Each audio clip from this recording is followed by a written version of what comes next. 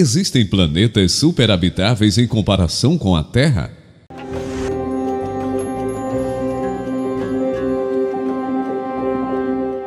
A NASA está criando um índice de habitabilidade do planeta, e a Terra pode não estar no topo. Com nossos dados atuais, classificar a habitabilidade é uma adivinhação. Quando se trata de vida no universo, temos apenas um exemplo de sucesso cósmico: a história da vida aqui mesmo no planeta Terra. Embora a Terra tivesse as condições e os ingredientes certos para que a vida surgisse, sobrevivesse e prosperasse, não sabemos quais eram as chances de sucesso, nem quais eram os outros prêmios na loteria biológica cósmica. Classificar exoplanetas com base em uma escala de habitabilidade é uma grande e digna ambição, mas nossa profunda ignorância torna isso um esforço prematuro e, em última análise, equivocado para hoje. O que a NASA descobriu? Vamos ver? Antes, já te peço que se inscreva em nosso canal e ative o sininho para não perder nenhum assunto interessante como este. Se puder, compartilhe para ajudar o nosso trabalho. Eu sou Inácio Dias e você é sempre bem-vindo ao Verdade Secreta. Aqui preparamos o melhor conteúdo para você. Aqui na Terra, a vida se instalou muito cedo na história do nosso planeta, nas primeiras centenas de milhões de anos no máximo, e persistiu desde então, sobrevivendo e prosperando em uma cadeia biológica ininterrupta por mais de 4 bilhões de anos. Apesar de numerosos mundos rochosos e gelados conhecidos em nosso próprio sistema solar, bem como mais de 5.000 exoplanetas conhecidos, orbitando outras estrelas além do Sol, a Terra continua sendo a única instância em que confirmamos que existe vida.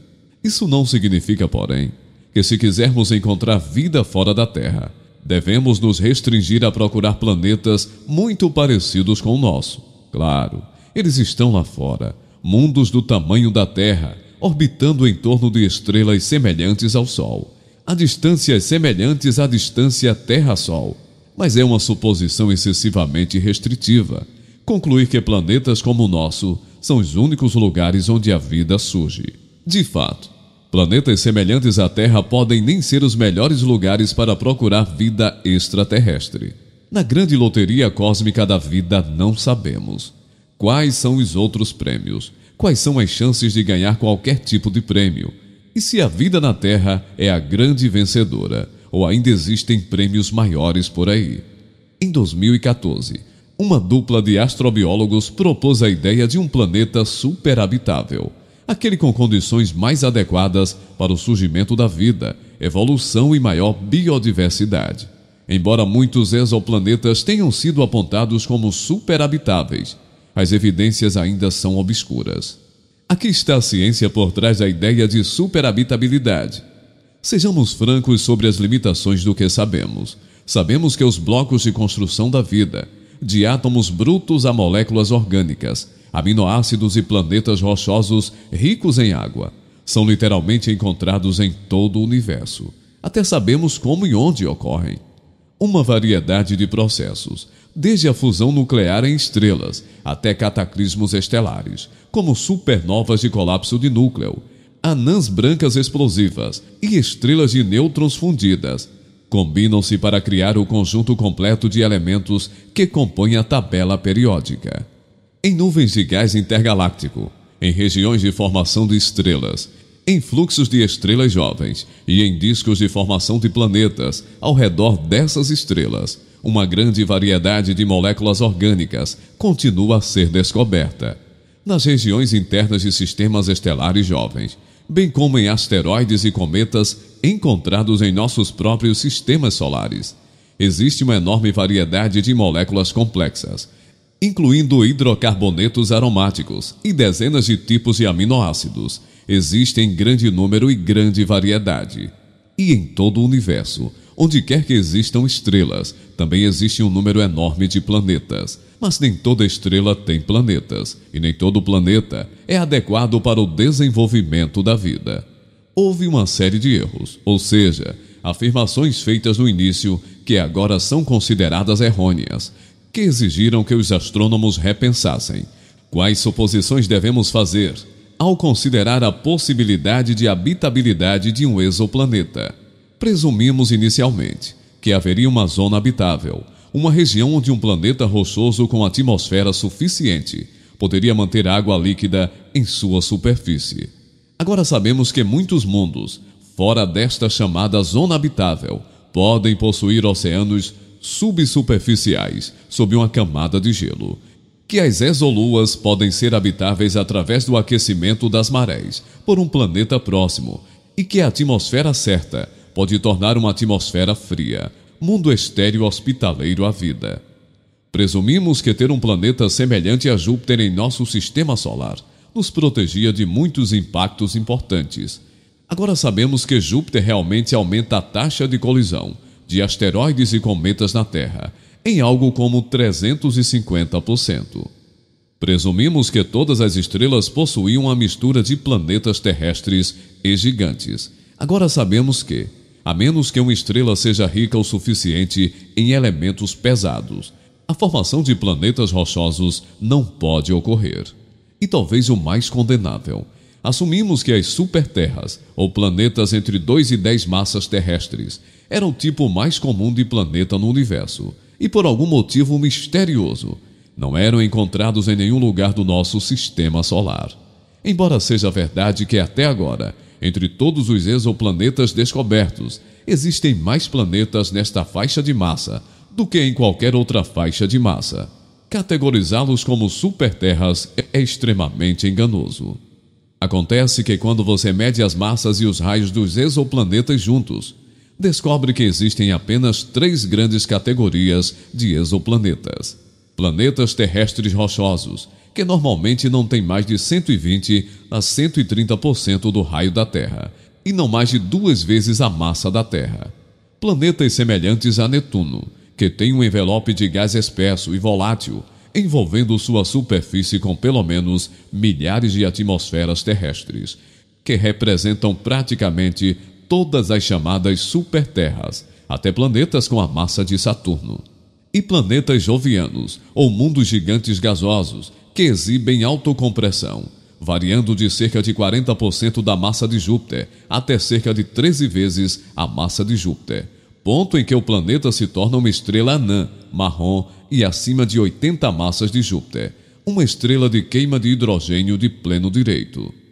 Se há exceções a essas regras gerais, mas a lição não é depositar nossas esperanças nessas exceções.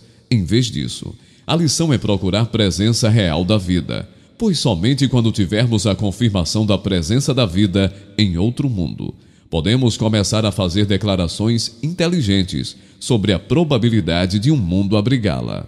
Enquanto isso, declarar um mundo superabitável é terrivelmente prematuro, pois nossas noções de habitabilidade são definidas em grande parte por nossos preconceitos, não por dados. No entanto, há uma série de considerações que devemos fazer ao avaliar as condições presentes em um planeta em termos de habilidade. Não podemos ter certeza de qual conjunto de condições é mais ou menos provável que leve a um planeta habitado. Mas podemos ter certeza de que essas propriedades afetarão a adequação de um planeta para hospedar vida nele. Os detalhes, que obviamente ainda precisam ser trabalhados, exigirão dados muito mais robustos do que temos atualmente, enquanto pensamos sobre a adequação dos planetas e sistemas planetários para a vida no universo. Aqui estão as principais considerações que precisamos ter em mente.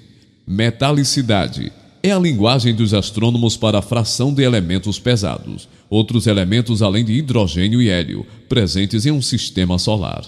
Uma das descobertas mais fascinantes de uma análise dos primeiros 5.000 exoplanetas descobertos é o fato de que existem muitos poucos planetas em torno de estrelas que não têm uma abundância de elementos pesados, como a solar. Especificamente, de todos os exoplanetas conhecidos com períodos orbitais inferiores a 12.000 dias, cerca de 6 anos terrestres, apenas 10 exoplanetas orbitam estrelas com 10% ou menos dos elementos pesados encontrados no Sol. Apenas 32 exoplanetas orbitam estrelas com entre 10% e 16% dos elementos pesados do Sol. E apenas 50 exoplanetas orbitam estrelas com entre 16 e 25% dos elementos pesados do Sol. Isso significa ao todo que apenas 92 dos 5.069 exoplanetas conhecidos, apenas 1,8%, existem em torno de estrelas com um quarto ou menos dos elementos pesados encontrados no Sol. Se você quiser fazer um planeta através do cenário de acreção do núcleo, que é a única maneira de fazer um planeta rochoso perto de sua estrela-mãe, você precisa absolutamente de elementos pesados suficiente.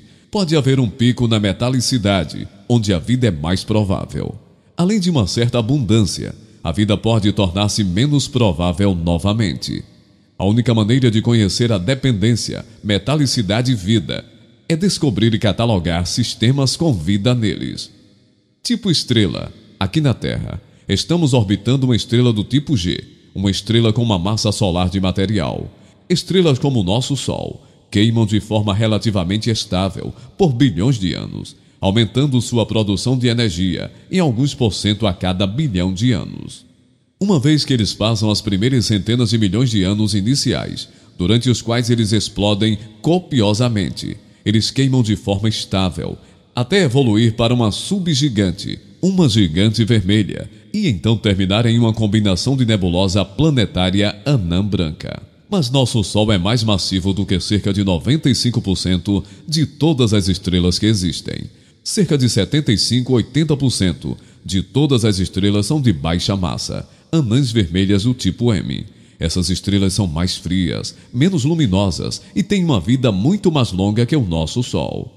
Eles brilham com mais frequência e todos os seus planetas rochosos rapidamente ficam presos a eles, onde um lado sempre enfrenta sua estrela e o lado oposto sempre fica de costas. No entanto, eles também vivem por até trilhões de anos e queimam em luminosidades muito estáveis, exceto sua propensão e erupções. As estrelas do tipo K estão entre essas duas e compõem 15% das estrelas. Vivem mais do que o nosso Sol, mas sem as erupções de estrelas de menor massa. As estrelas do tipo O, B, A e F são todas mais massivas e de vida mais curta do que o nosso Sol, mas com maiores saídas de energia e vidas de até 2 a 3 bilhões de anos. Qual tipo de estrela é mais propícia ao surgimento da vida? É uma pergunta inteligente a ser feita. É uma pergunta idiota para fingir que temos respostas. Massa planetária preferida. Aqui está uma pergunta para você. Quão grande a gravidade da superfície é mais preferível para a vida? Semelhante à da Terra, menor que a da Terra ou maior que a da Terra? Quanta área de superfície é a quantidade ideal, ou mais preferida para a vida? Mais que a Terra, menos que a da Terra ou igual à da Terra? Qual é a melhor relação Terra-água para um planeta ter para sustentar a vida? Principalmente terra, principalmente ou exclusivamente água, ou alguma mistura de terra e água? Viaje pelo universo com o astrofísico Ethan Siegel. Os assinantes receberão a newsletter todos os sábados, todos a bordo. Os campos marcados com asterisco são obrigatórios. E-mail. E quanto a propriedades como inclinação axial, grande, pequeno ou intermediário é o melhor?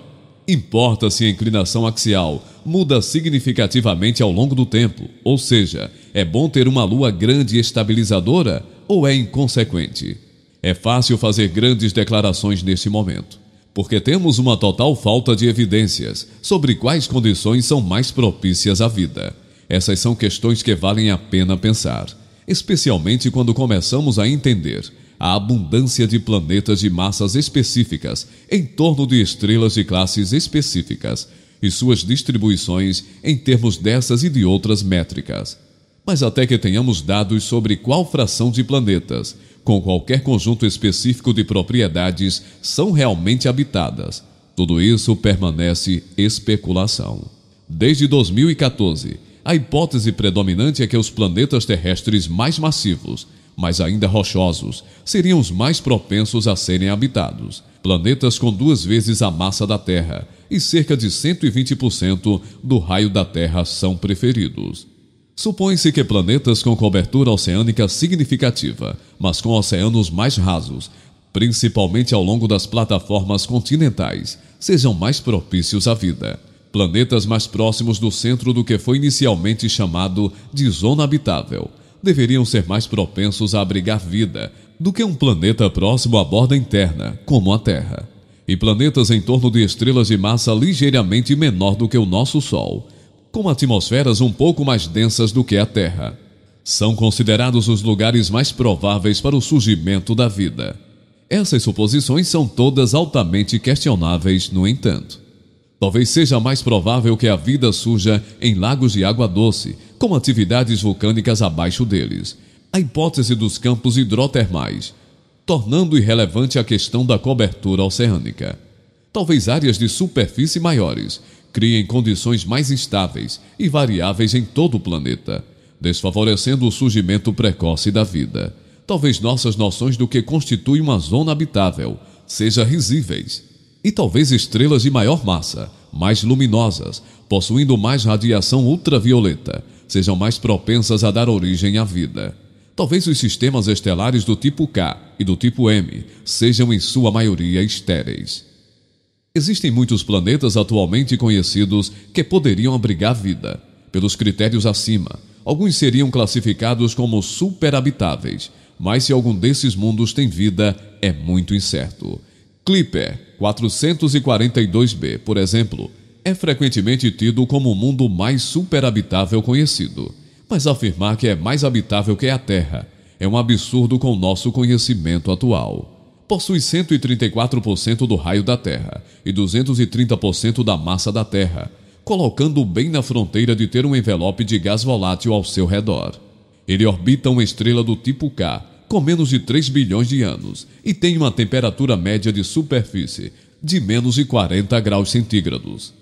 A estrela que orbita em 43% da quantidade de elementos pesados presentes no Sol, indicando que é menos enriquecida que o nosso sistema solar. E suas propriedades atmosféricas e oceânicas terrestres são completamente desconhecidas, não tendo sido medidas com a tecnologia atual.